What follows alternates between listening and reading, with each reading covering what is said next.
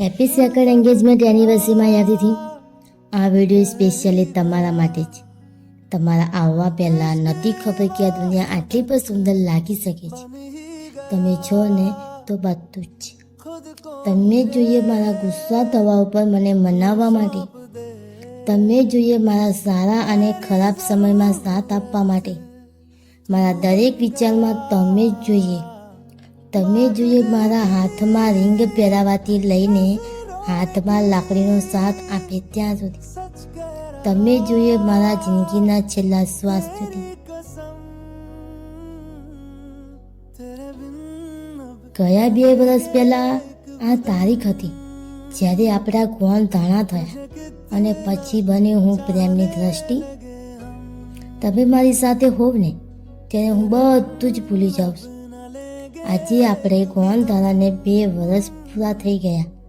ખબર જ ના પડી, જાણે આપણે કાલે જ મળ્યા હોય. આ સફર બહુ મસ્ત હતો મારી માટે. હસતા રડતા ઝઘડતા મસ્તી કરતા કરતા 2 વર્ષ વીતી ગયા પણ ખબર જ ના પડી.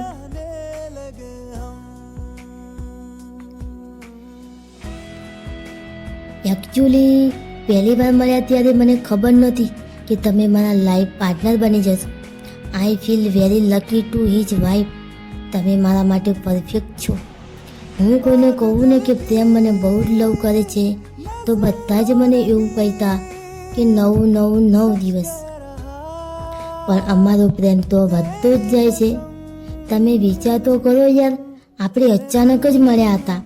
આટલા આગળ પહોંચી જશું એવી ક્યાં ખબર હતી. એકચ્યુઅલી હું લવમાં બિલીવ જ નથી કરતી. તમે મળ્યા ને ત્યારે બધું જ સમજાઈ ગયું.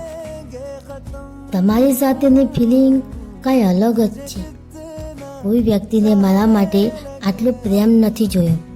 ના મારા માટે આટલું ઝઘડતા, ના આટલું કેરિંગ, ના મારા માટે આટલું બધું દિલદાર.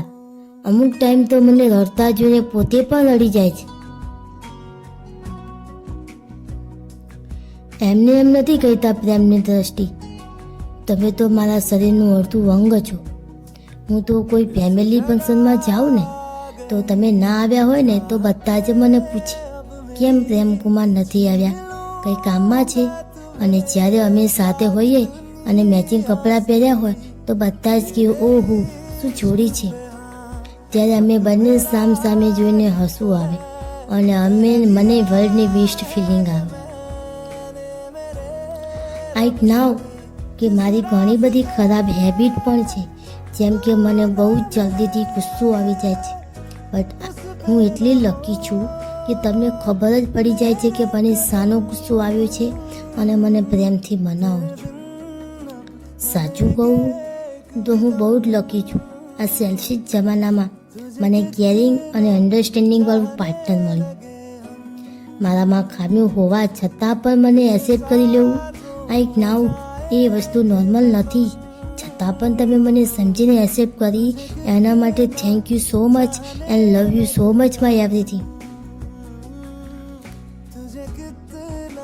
એકચ્યુઅલી આપણે 31/8/2021ના દિવસે મળ્યા હતા. ત્યારે જન્માષ્ટમી હતી. પહેલી વાર મળ્યા ત્યારે મને એવો સહેજ પણ અંદાજ નહોતો કે તમે મારા લાઈફ પાર્ટનર બની જશો. ત્યારથી આપણે રિલેશનશિપમાં.